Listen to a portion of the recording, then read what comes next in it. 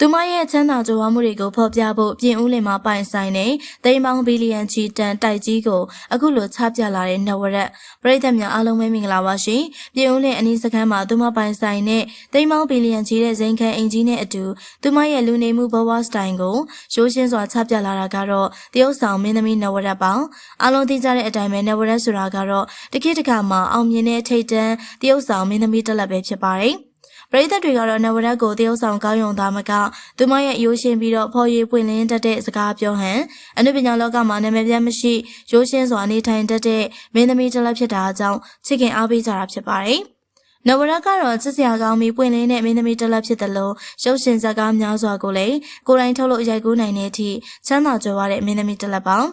နဝရက်ကပန်းပြိုးသူတို့အလင်းကတိုင်မင်းသမီးရဲ့အတန်းနာရီစတဲ့ရုပ်ရှင်ဇာတ်ကားတွေကိုကိုယ်တိုင်ထုတ်လို့တရုတ်ဆောင်ထားတာဖြစ်ပါတယ်။ဒါပေမဲ့အနုပညာလောကမှာနာမည်ပြမရှိတရုတ်ဆောင်ကောင်းတဲ့မင်းသမီးနဝရက်ကအကယ်ဒမီရွှေစင်ရုပ်တုကြီးကိုအကြိမ်ကြိမ်လွှဲချော်ခဲ့ပြီးနောက်ပိုင်းမှာတော့အနုပညာအလုပ်တွေကိုရန်နာပြီးတော့စီးပွားရေးလောကဘက်ကိုဇောက်ချလုပ်ကိုင်နေရဖြစ်ပါတယ်။အခုတစ်ခါမှာတော့တရုတ်ဆောင်မင်းသမီးနဝရက်ကသူမပိုင်ဆိုင်ထားတဲ့သိန်းပေါင်းတောင်းချီတန်တဲ့အင်ကြီးနဲ့အတူသူမရဲ့ကြွယ်ဝချမ်းသာမှုတွေကိုစီးပွားရေးလုပ်ငန်းတွေကိုအခုလိုမျိုးချပြလာတာဖြစ်ပါတယ်။နဝရက်ကအခုလက်ရှိမှာမြန်မာနိုင်ငံမှာအိမ်ချမ်းမြေစည်းအကြီးဆုံးမှာဆိုတဲ့ပြည်ဦးလင်မြို့အနီးစခန်းမှာသိန်းပေါင်းတောင်းချီတန်တဲ့တန်ဖိုးကြီးအိမ်နဲ့သူမပိုင်ဆိုင်ထားတဲ့တန်ဖိုးကြီးနဝရက်ကိုးသွယ်ခြံကြီးအကြောင်းနဲ့အတူဒီလိုမျိုးအိမ်ချမ်းမြေရောင်းဝယ်ရေးကနေငွေတွေရနေတဲ့အကြောင်းတွေကိုမီဒီယာတွေကနေတဆင့်ချပြခဲ့ရပါအစောပိုင်းမှာတော့တရုတ်ဆောင်မင်းသမီးနဝရက်ကရန်ကုန်မြို့9မိုင်မှာတန်မိုးကြီးဇိမ်ခံစမတ်အင်ကြီးကိုကိုယ်တိုင်စိတ်တိုင်းကျတိစောက်ခဲ့တာပါအဆိုပါအင်ကြီးရဲ့ခြံကိုတော့နဝရက်ကကားလေးရောင်းပြီးတော့350နဲ့ဝယ်ယူခဲ့တာဖြစ်ကြောင်းသိရပါတယ်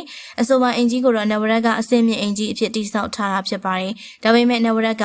အနုပညာလောကမှာအကယ်ဒမီဆုနဲ့လွဲချော်ပြီးရဲ့နောက်အနုပညာတွေဆက်မလုပ်တော့ပဲစီးပွားရေးလောကတွေကိုခြေစုံပြစ်ဝင်သွားတာကြောင့်အဆိုပါအင်ကြီးကိုမကြည့်နိုင်တော့ဘူးလို့ဆိုပါတယ်အစောပိုင်းမှာတော့အင်ကြီးကိုအိမ်ငှားတင်ပေမဲ့ပျက်စီးဆုံးရှုံးမှုများပြားတာကြောင့်300ဘူးအထိပြုပြင်ရက3,000ခွဲနဲ့ရောင်းထုတ်လိုက်တာဖြစ်ကြောင်းနဝရက်ကဆိုခဲ့ပါတယ်။ဘာပဲဖြစ်ဖြစ်350နဲ့ဝယ်ပြီးတော့3,000ခွဲမြတ်ခဲ့ရကြောင်းတော်တော်လေးကိုတွက်ချေကြိုက်တယ်လို့ဆိုရမှာဖြစ်ပါတယ်။ဒါပေမဲ့လည်းအခုတော့နဝရက်ဟာရန်ကုန်မြို့ရဲ့အပူချိန်ကိုမခံစားနိုင်တာကြောင့်ပြင်ဦးလင်မှာသူမစိတ်တိုင်းကျအင်ကြီးကိုတိစောက်ခဲ့ပြန်တာပါ။ချန်ကြီးကိုတော့သူမရဲ့နာမည်ပါအောင်နဝရက်ကိုးသွယ်လို့နာမည်ပေးထားပြီးတော့အဆိုပါအင်ကြီးကိုတော့နဝရက်ကသူမရဲ့စိတ်တိုင်းကျအလင်းရောင်ကောင်းကောင်းလေးဝင်လေးထက်ကောင်းကောင်းရအောင်တိစောက်ထားတယ်လို့သိရပါတယ်။ရုပ်ရှင်မင်းသမီးနဝရက်ရဲ့ပြင်ဦးလင်ကအင်ကြီးကိုမိခလုတ်တွေကအစားသေးချာတိစောက်ထားတာဖြစ်ပြီးနဝရက်ကဒီချန်ကြီးနဲ့အင်ကိုရောင်းပြီးနောက်ထပ်အိမ်တစ်လုံးတိစောက်ဖို့အစီအစဉ်ထားတယ်လို့ဆိုပါတယ်။အင်ကြီးရဲ့ဈေးကိုတော့3,000ခွဲတောင်တောင်းထားတာလို့သိရပါတယ်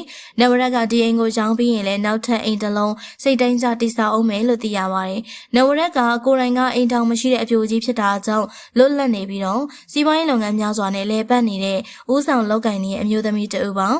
အခုဆိုရင်နဝရက်ကအင်ချမ်းမြေရောင်းဝယ်ရေးနဲ့တော်တော်လေးအမြတ်ရနေရဖြစ်ပါတယ်။နဝရက်ကစီးပွားရေးလုပ်ငန်းဘက်မှာဒီလိုအများကြီးအောင်မြင်နေပေမဲ့သူမကတော့လူတွေထင်ထားသလိုကြောက်လောပန်းတတိမာကြီးမဟုတ်ကြောင်းရိုးသားစွာနှိမ်ချခဲ့ရပါ။သူမကိုလူတွေကချမ်းသာတယ်လို့ပြောကြပေမဲ့သူမချမ်းသာတာကစိတ်ပဲရှိတယ်လို့ဆိုပါတယ်။ဘာပဲဖြစ်ဖြစ်ပရိသတ်တွေကနဝရက်ရဲ့ပေါ်ပါပွင့်လင်းနှုတ်ပြခြင်းတွေကိုအားကြနေရပါကြည့်ရှုနေကြတဲ့ပရိသတ်တွေကရောသိမ်းမောင်းတောင်းချီအိမ်များစွာကိုဆောက်လုပ်ပိုင်ဆိုင်နေတဲ့ရုပ်ရှင်မင်းသမီးနဝရက်ပေါ်မှာမိမိတို့ရဲ့အမြင်လေးတွေကိုမှတ်ချက်ပေးခဲ့ပါအောင်ရှင်။ကြည့်ရှုပေးတဲ့အတွက်အားလုံးကိုကျေးဇူးတင်ပါတယ်ရှင်။